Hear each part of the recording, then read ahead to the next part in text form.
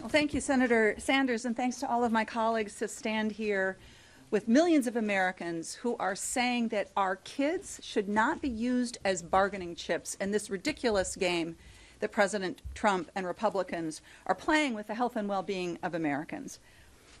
I want to just make 2 points. The first is that Donald Trump clearly has the authority to keep SNAP funding during this shutdown. He is just refusing to do it. His own USDA, as Senator Sanders just showed us, told the public that they had the authority. They put it up on the website, and now they've taken it down because they are cruelly using people as their bargaining chips. Congress specifically set aside an emergency pot of funding for situations like that. Like this, there's more than $5 billion in this fund that is available, so they have the money. And come next week, when roughly 40 million Americans and 440,000 Minnesotans can't buy groceries, that is going to be on Donald Trump and the Republicans.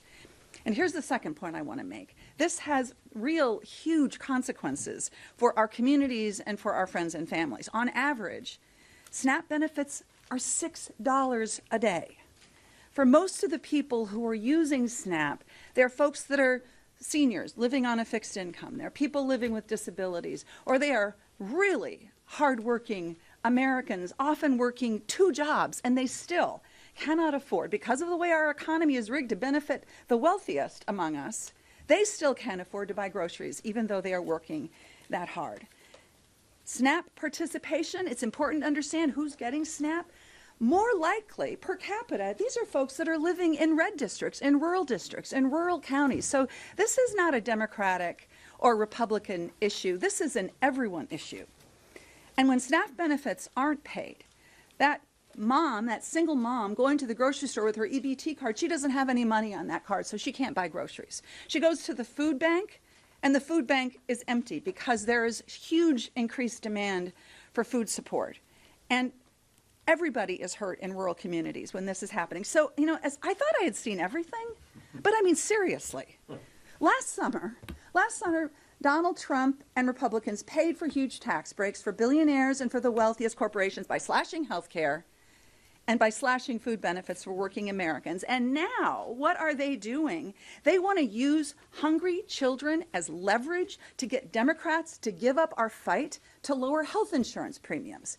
I mean, they're essentially telling America, you've got 2 choices.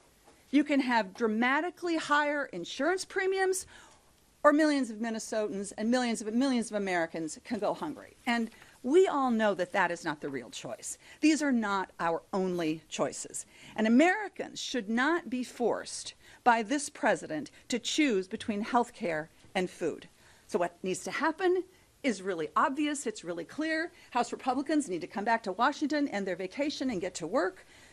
We need to negotiate a deal. The president, who talks about the art of the deal, needs to get involved in the art of this deal to lower health care costs and make sure that people have the food that they need.